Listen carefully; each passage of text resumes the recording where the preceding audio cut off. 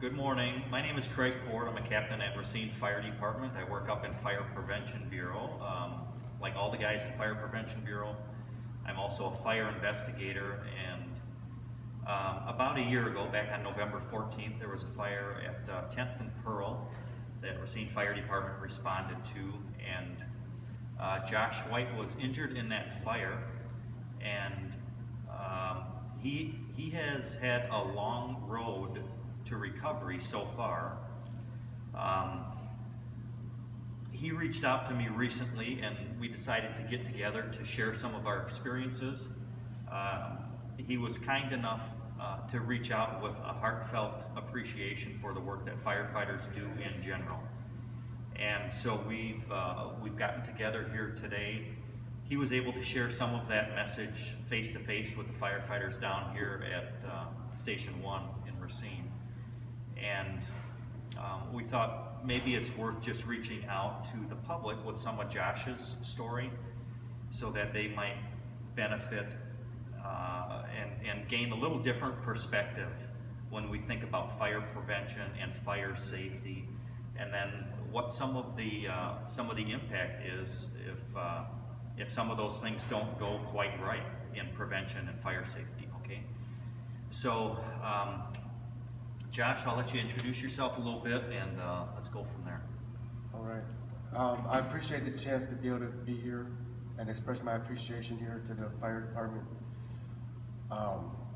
We want to stress fire prevention and the rescue and survival and what that entails for us.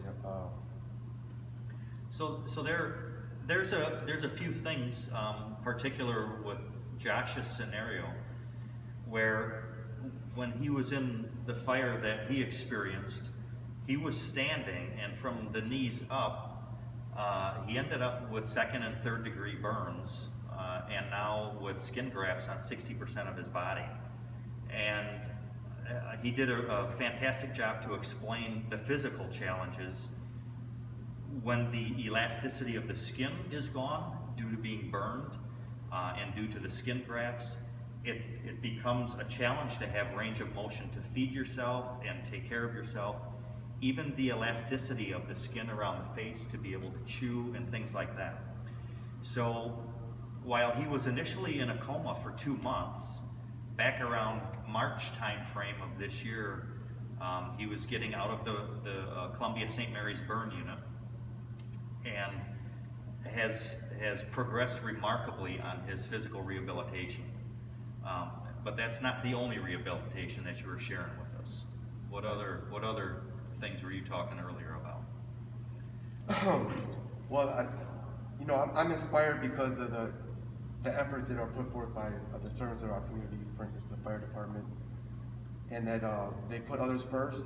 That's administering, serving our community. In my situation, I had people minister to me, to my health, to nourish me back to health, and I'm becoming, in light of this situation, I'm becoming more aware of things like this, like what all goes into helping prevent fires and rescuing people from fires and surviving them. I'm becoming more aware, and in that awareness, I believe we should support, just as I've been supported, morally and spiritually support the people who are our heroes here, that put their lives on the line to save us when we don't know what to do, or the tragic reality is things happen, and who's there to help us when them tragedies happen, and how do we survive that and overcome them obstacles? So with the challenges that Josh is laying out, it brings to mind for us in fire prevention a couple of messages. The idea that as you were standing in the fire, carbon monoxide gets into our brain at very high levels that makes you disoriented, and we're trained that when that happens, quite often we act quite absolutely opposite of what we normally would do. Right. And so it's a complete disorientation and backward operating. So we know that the air is much cleaner down below the knees. So if you're ever involved in a fire, it's hot up here at the ceiling and less and less and less, and you're living proof, your physical Right. proof that from your knees down, if you were able to think clearly, which you probably were not able to at that moment, that you would have had less injury, more like from your knees down. So just because it would have been cooler. So that idea of stay low and go is really important in the real world. The biggest, cheapest lifesaver in the fire service is a smoke detector. $10 or less, most of the detectors cost.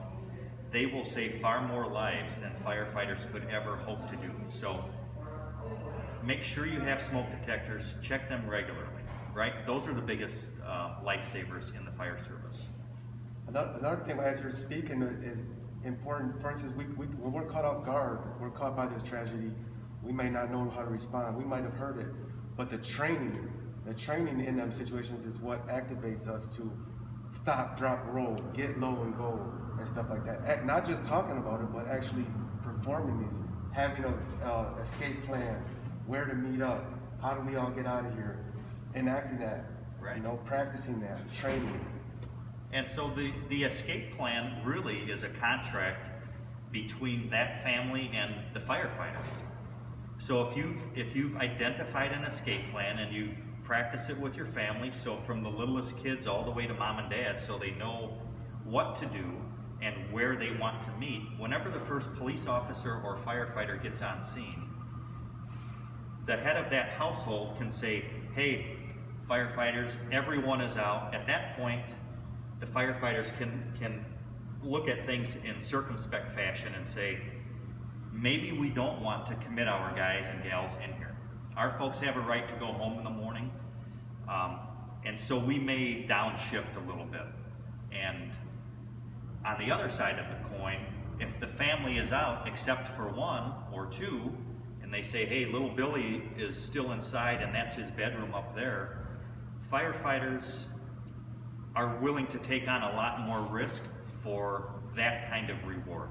So there's always a risk benefit and a risk reward.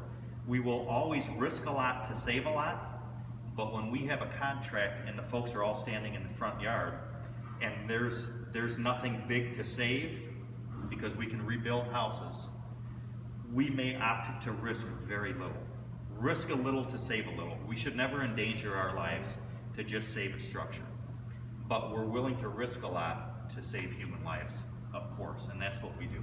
Awesome. So that's the home escape plan. Smoke detectors are a big deal. If you're ever in a fire, stay low and go. I would say thank you to Josh just All for. stations, log out of polycom and use please. I would say thank you to Josh. I'd like to say thank you just for opening up and sharing some of your appreciation for the firefighters. We explained it a few times over that it's a big deal to wear the badge, but once you get the badge, everything that you do from that day forward is in the line of duty. And I do believe that you see universally that firefighters they take on that calling. It's not a burden, it's what they do, it's who they are. And so it's nice for you to share with the folks here that general appreciation. So thank you again for doing that, Josh. Thank you, sir. I'm inspired and motivated. The more I learn and hear about the way things are done here, life is important, and not the property. You guys are willing to put your lives on the line to save a life, and know that property that can come and go. That's not worth the life. But in fact, when in need, you guys are there. And I'm inspired and motivated by that. That's awesome. You guys are unsung heroes. Thank you. Thank you. Good luck. Keep up the good work. I think you've got a very optimistic and positive future in front of you. Thank you for sharing your story. Thank you, sir. All right. Good job.